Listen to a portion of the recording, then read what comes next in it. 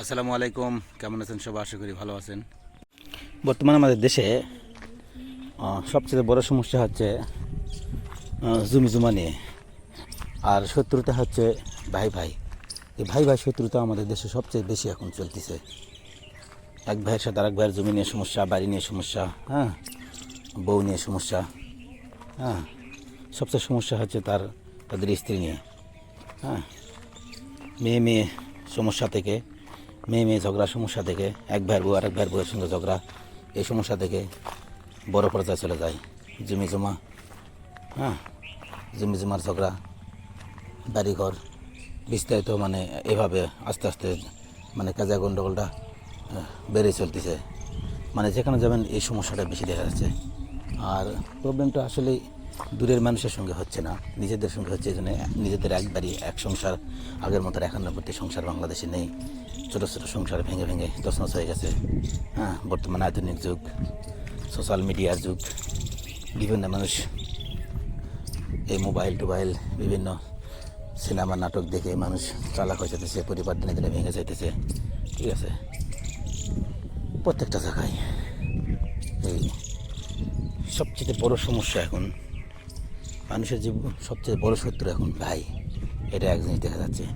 হ্যাঁ, কিন্তু এই ভাই, একটা কথাই বলে, আগের একটা প্রবাদ ছিল, ভাই পরধন রক্তের বাঁধন, যদি হয় পর সেটা নারীর কারণ। কথাটা সত্য, কিন্তু আমার দিক থেকে আরেকটা জিনিস আমি দেখি, আমি যদি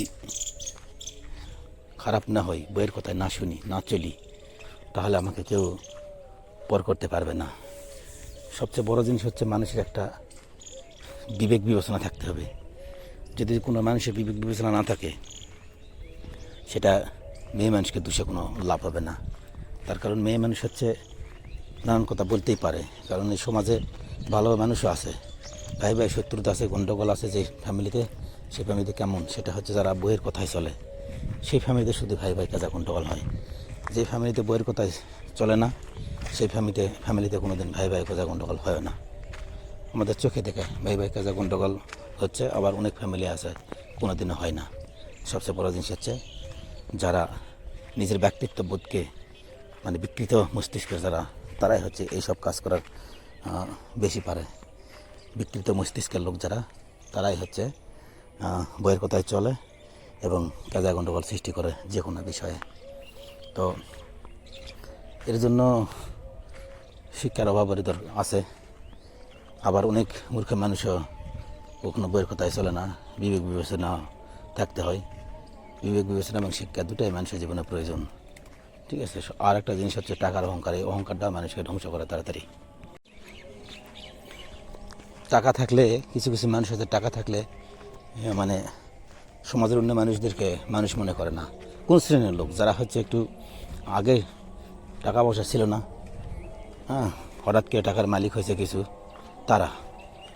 কিন্তু যারা বড় শ্রেণীর লোক, টাকা পয়সা আগে থেকে ছিল, পূর্বে থেকে যারা বড় লোক, তারা আরও বড় লোক হলেও, আরও টাকালা হলেও অমানুষ হয়ে যায় না। কিন্তু কিছু নিম্ন শ্রেণীর, হ্যাঁ, ছোটো লোক শ্রেণীর লোক হঠাৎ করে একটু টাকা পয়সা আলা হলে তারা অন্য মানুষদেরকে সহজে মানুষ মনে করে না।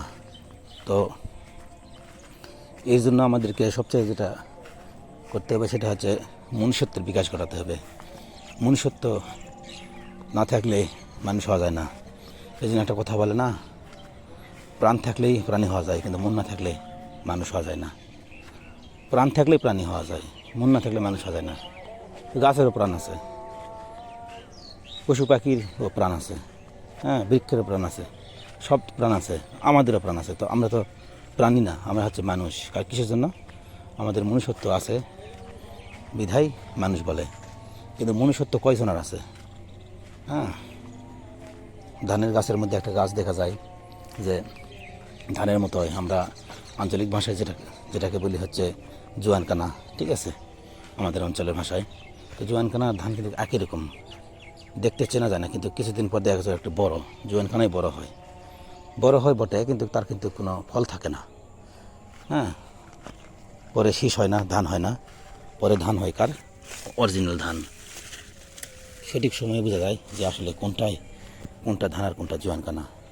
তো ধানের গাছের মতো দেখলেই ধানের গাছ হয় না, তো সেরকম মানুষের মতো দেখতে হলে মানুষ বলা যায় না, মানুষ হয় না। মনুষ্যত্ব থাকলে তখনই মানুষ হওয়া যায়। তো এজন্য আমাদের মনুষ্যত্বের বিকাশ ঘটাতে হবে, নিজের বিবেক বিবেচনা বুদ্ধি বিবেচনা বাড়াইতে হবে। সবাই ভালো থাকবেন, সুস্থ থাকবেন। আসসালামু আলাইকুম।